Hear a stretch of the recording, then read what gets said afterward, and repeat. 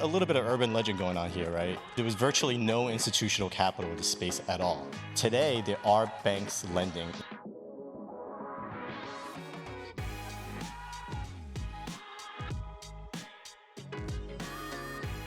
All right.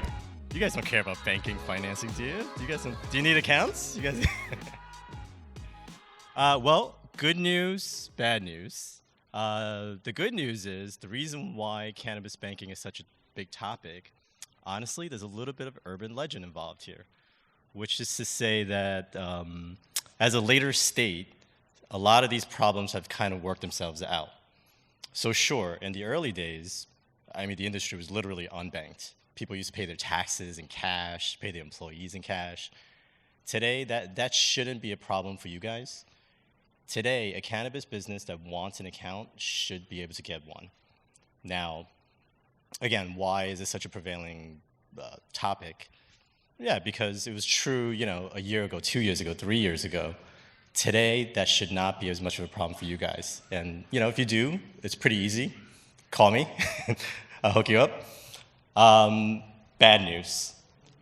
It is underbanked in terms of capability, capacity, and cost. There's an agency, FinCEN, Financial Crime Enforcement Network. FinCEN puts out a statistic. They think there's 755 financial institutions banking cannabis in America. Most insiders think that number is way too high. We think it's more like 200, maybe 250. But regardless, there are hundreds of institutions. That said, if you take 200 divided over the states that have programs, obviously there's only a handful in any given state. So that's your number one problem. In the state of New York, this is off the top of my head, less than 10. And that's across the entire state. So if you're upstate, there might only be 2 or 3. If you're downstate, again, 2, 3, 4 options. So in other words, it'll be harder to find. You likely still can't Google it.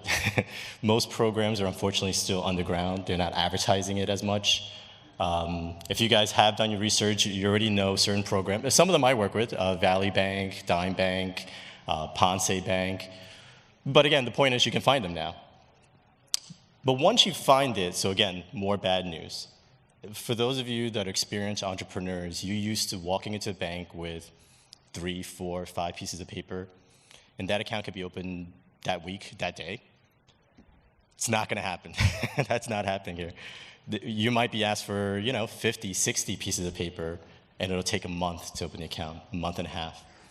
Part of that, of course, is a capacity issue. Again, only a handful of banks willing to do cannabis. So you're waiting in line.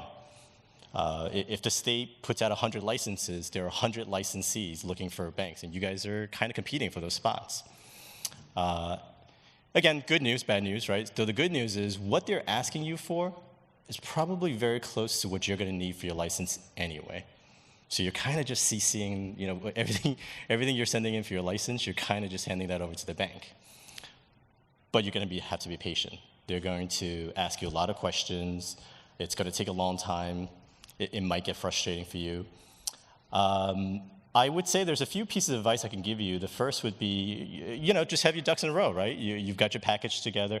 Again, you're going to need it for your licensing anyway. All of that stuff is what you're giving to the bank. You're going to have to be patient, especially if it's a new program. Even though they're saying they're willing to bank cannabis, they might not know anything. You might be the first cannabis business account they're opening, and they will ask you dumb shit. They will. So, a little patience. Now, I think another thing to consider would be financing. Here, again, a little bit of urban legend going on here, right? Look, in the early days, yeah, banks, there was virtually no institutional capital in the space at all. All the money that was in the space was private in some way. Private equity, family offices, private lenders. Again, you guys probably already walked this. Today, there are banks lending into cannabis. There are. So this idea that they won't is not true. But a cannabis business does have a very specific problem, collateral, in that it doesn't have any, right? Your license can't be held. Inventory can't be used as collateral. So that really only leaves real estate, unfortunately, right? And, well, here in New York, we might have that issue with the TPI and the DASNY and stuff like that, but let's not get too excited.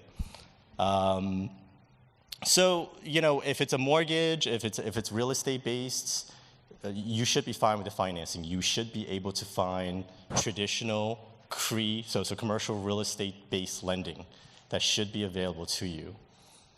Unfortunately, that might be the only thing. Unless, of course, you have significant, you know, business experience or personal assets from other lines of business, where you can use that as collateral. You have a good relationship with the bank, they're willing to take a chance on your new venture, that's a possibility. From there, we really kind of have to hope that the state does more, mainly because of the licensing issue, the collateral issue, the fact that you can't hold a license, the fact that you can't lien inventory, et cetera. Those are regulatory things that we can't necessarily enforce, I guess. Now, bank debt, though, keep in mind, banks blend on cash flow. So if you have a brand new business, there's no cash flow, there's no historicals for you to show. And this is the reason why it's predominantly, again, private lenders. So if you're looking at some of these specialized options that are based on receivables, based on inventory financing, that's the reason why most cannabis businesses go towards the private providers. But again, there are bank debt available today. And again, I'm sincerely offering, if you guys need help, love to be a resource for you. That's all I got.